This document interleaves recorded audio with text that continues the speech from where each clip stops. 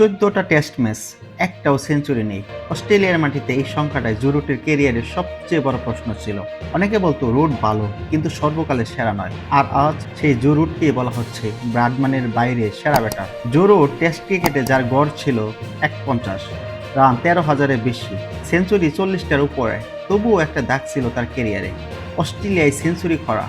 এই সিরিজের আগে অস্ট্রেলিয়ার সাবেক কোচ ড্যারেন লেম্যান বলেছিলেন, রুট, স্মিথ, কোহলি কিংবা উইলিয়ামসনের চেয়ে এক ধাপ নিচে, কারণ একটাই, বিশ্বের সব কঠিন কন্ডিশনে বড় ইনিংস খেলার প্রমাণ তখনও অসম্পূর্ণ ছিল রুটের জন্য। পার্থ টেস্টে 2 ইনিংস মিলিয়ে 8 রান। সমালোচকরা বলল অস্ট্রেলিয়ায় রুটের গল্প বুঝি এখানেই শেষ। রুট মেবি ইংল্যান্ড থেকে বিদায় নিতে চলছে। চাপ বাড়ছিল রুটের জন্য, ইতিহাস বাড়ি হয়ে যাচ্ছিল রুটের জন্য, কিন্তু বড় খেলোয়াড়রা ঠিক এখানেই আলাদা অন্য খেলোয়াড়দের চাইতে। ব্রিসবনে গাব্বা, গোলাপি বলের আলো, এই মঞ্চে জুরুট খেলেন 138 রানের অনবদ্য এক হিস্টেরিক্যাল ইনিংস। অস্ট্রেলিয়ায় তার প্রথম টেস্ট সেঞ্চুরি। 14 ম্যাচের হতাশা ভেঙে গেল এক ইনিংসে, গল্প বদলে গেল। এরপর এলো সিডনি টেস্ট, এমন এক মাঠ যেখানে একসময় রুট বাদ করেছিলেন, যেখানে অসুস্থ হয়ে রিটায়ার করেছিলেন, আর সেই মাঠেই রুট খেললেন তার সেরা ইনিংসগুলোর একটি।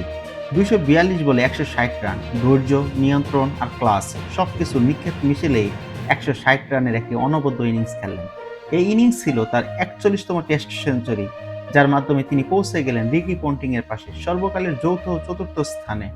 এই পরিসংখ্যান দেখেই ড্যারেন লেম্যান বললেন, একবার অস্ট্রেলিয়ায় সেঞ্চুরি হয়ে গেলে পরিসংখ্যানের দিক থেকে ব্রাডম্যানের পরে থাকবে জো রুট। 35 বছর বয়সে রুট অবসরে কোনো ইঙ্গিত দেননি। তার সামনে এখনো অনেক বড় লক্ষ্য রয়েছে, সচিন টেন্ডুলকারের লক্ষ্যগুলো, 15,921 টেস্টে রান।